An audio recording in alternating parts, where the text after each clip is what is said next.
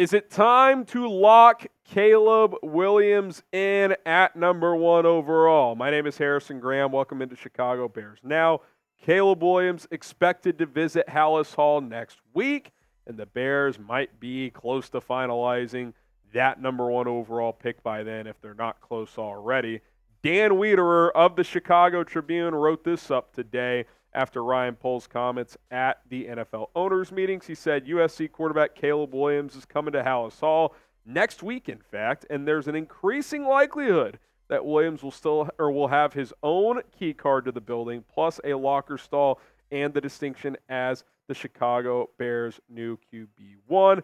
Part of next week's visit in Lake Forest will be about relationship building with Williams, getting to better know the Bears coaching staff, and ideally a few of the current players who may be around. And I really like that last part. We're almost to the finish line. I think that's pretty clear. I think the main thing the Bears got to check off at this Halas Hall meeting is the medical.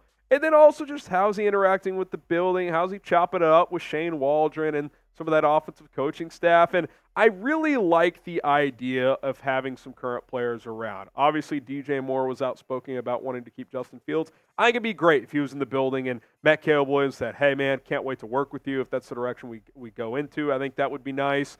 Maybe get some of the other offensive pieces in the building, Cole Kmet as well.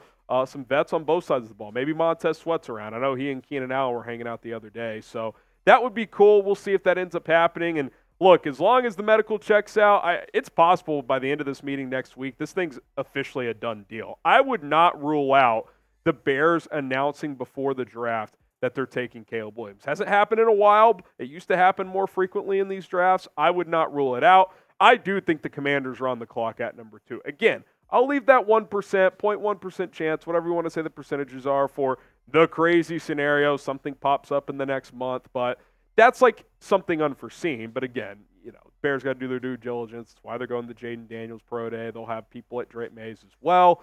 That's why they went to J.J. McCarthy. You got to be prepared, but it's pretty clear where this is going. I mean, Ryan Poles was asked only about Caleb Williams for the most part earlier today. He was asked if they're attending the other pro days, but a lot of Caleb extensive talk, and I think it's pretty obvious where this thing is heading. If you are excited about Caleb Williams, type me in the comments below. I know there was a lot of divisiveness with Justin Fields versus Caleb when JF1 was still on the roster, and I understood. It's an emotional thing. Ryan Poles himself admitted it was hard to move on from Justin, but I think his time is starting to pass. There's a lot of reasons to be excited about the idea of drafting Caleb Williams and where this team can go. So spam me in the comments if you're excited. And if you missed some of that discussion on our video earlier today, Ryan Poles sounding off on Caleb Williams, why he traded Justin Fields, and more, including some Keenan Allen contract talk. A lot to dive into there. So if you missed that video, subscribe. Go to the content tab. If you see this thumbnail, that's the video. You'll be able to find it right there. And I just want to say it again. Get excited, Bears fans. Caleb Williams is considered one of the top QB prospects in this century. Not per me, per people who have studied this for a very, very long time. Bill Zimmerman, who's pretty tapped in here, has talked to executives in the league, and he basically said that Caleb Williams is being thrown in there in terms of prospect status with guys like John Elway, Peyton Manning, Andrew Luck, Trevor Lawrence, and then he says Caleb Williams right there. Now, Trevor Lawrence, I think, has been somewhat underwhelming, although if the Bears get Trevor Lawrence level play, that's arguably the best quarterback in franchise history. That's how opposite of rich the QB position has been here. But, if he ends up being the floor of what Caleb is, which we don't know for sure, but if he does, that's pretty damn exciting, man. Caleb Williams has a chance to be really, really special, and Ryan Poles, who's doing a lot of homework with his staff, had this to say earlier today, saying, I'm having a hard time finding a person that doesn't like him or even love him and thinks he can reach the highest limits. The feedback's been good. When you talk to his teammates, they don't like him. They love him, his leadership, how he brings people together. He's intentional with his leadership. And I think that line about Poles, from hearing from other people what they think, not just what they think with their evaluations, but other people as well, quote, think he can reach the highest limits. That's the key, right? A lot of these prospects have a lot of potential.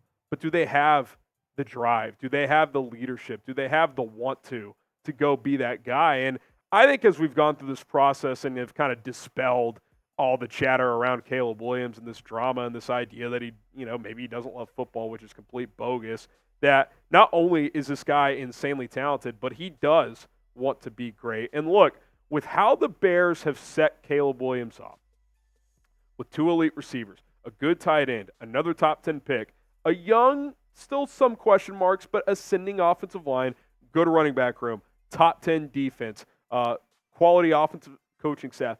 If this doesn't work with Caleb Williams in Chicago at quarterback, who will? Like, you can't have put together a much better situation than what you have right now. I keep saying it. This is not Bryce Young walking into an empty cupboard in Carolina. This isn't even C.J. Stroud walking into Houston. Caleb Williams is walking into a better situation than C.J. Stroud did. Now, am I saying Caleb needs to play to the level Stroud did last year? No, that was a historic rookie season. But if 3 years from now we're in the same position, the Bears have to draft another quarterback, that is a unbelievably massive failure, bigger than the one you just had with Justin Fields, if we're being completely honest. So I'm choosing to be optimistic about it. There's reasons to be optimistic, and I think this guy's wired the right way to chase greatness and hopefully reach it as well.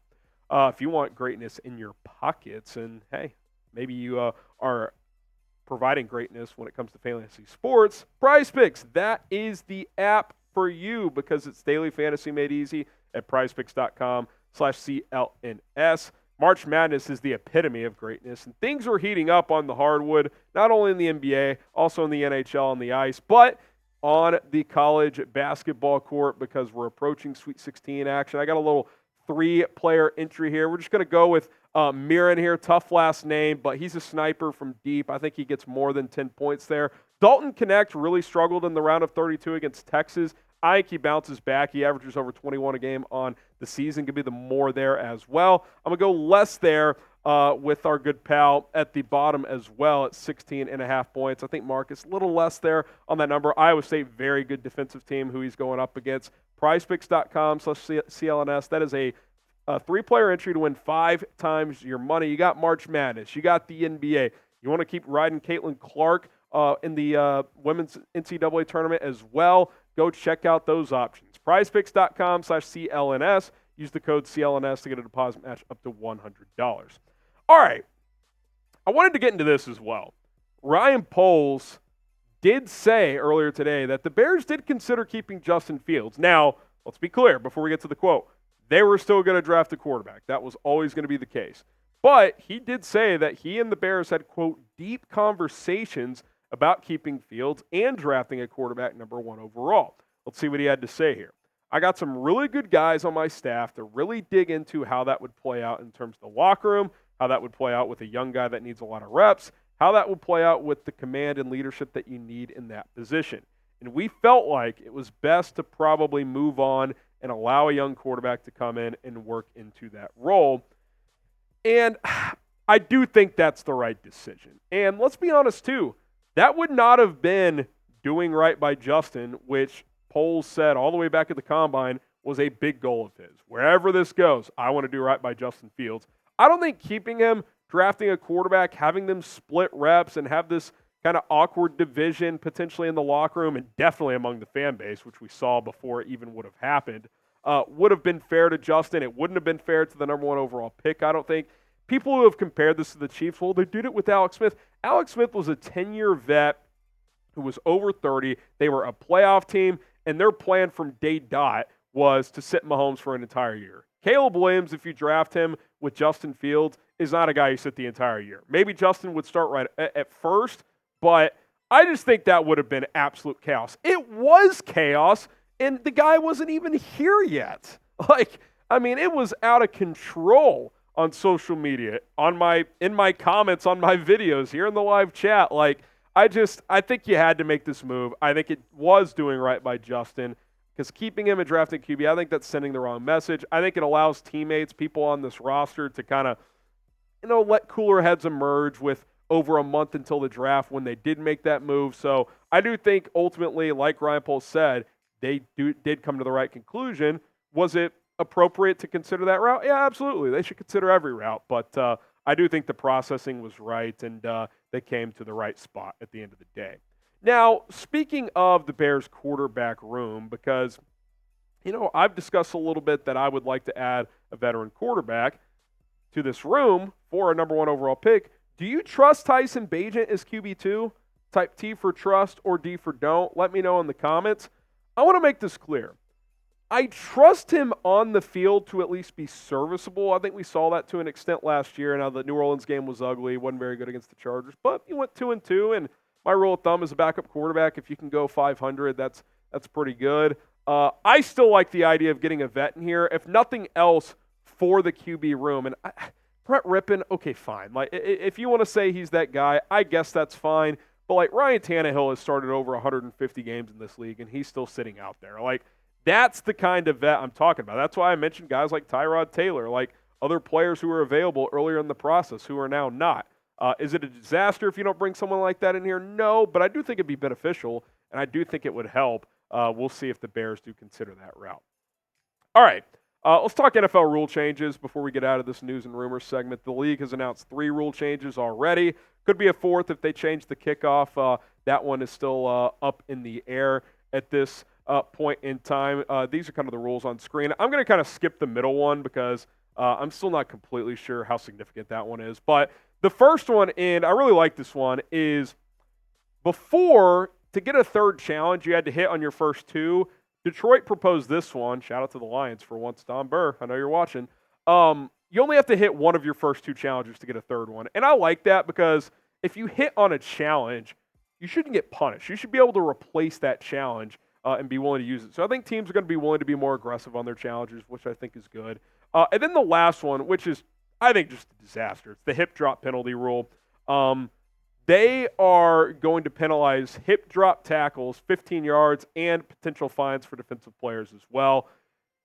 This could be a mess. Now, I'm all for player safety. I want the NFL to exist 50 years from now. So, like, if you can find ways to make that happen while the sport still looks like the sport, I'm all for it. But, like, you're kind of one part of the body away of defenders not really being able to tackle anymore, right? And I know these don't happen that often. I think the NFL reviewed last year, and 230 total tackles had happened the whole season, which was about 1 per game. So it's not a huge number.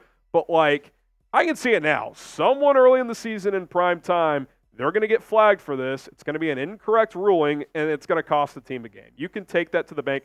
This kind of reminds me of when they made pass interference reviewable, and then they just stripped it the next year. I wonder if that could happen. Now, I doubt it because the league's pretty serious about what they consider as player safety measures, which this is certainly that. But, man, it's going to lead to frustration. It already has. Jaquan Brisker's tweeted out a couple of times about it, including this. He goes, so how we overturn this or whatever. I don't think it's getting overturned, Jaquan. It was a unanimous vote. This is where it's going. Owners, of course, we're going to unanimously vote it because, like I said earlier, they want the sport to exist for a long time. They don't want it to go away due to, advanced health studies, yada, yada, yada, player safety, all that stuff. So I think it could be a mess. We'll see how it plays out, but it's definitely going to be frustrating for defensive players. There's no doubt about it. All right. Appreciate everybody for tuning in to the latest Bears news and rumors here on this segment. My name is Harrison Graham. If you haven't already, hit the subscribe button, turn on notifications. More to come here on Bears Now.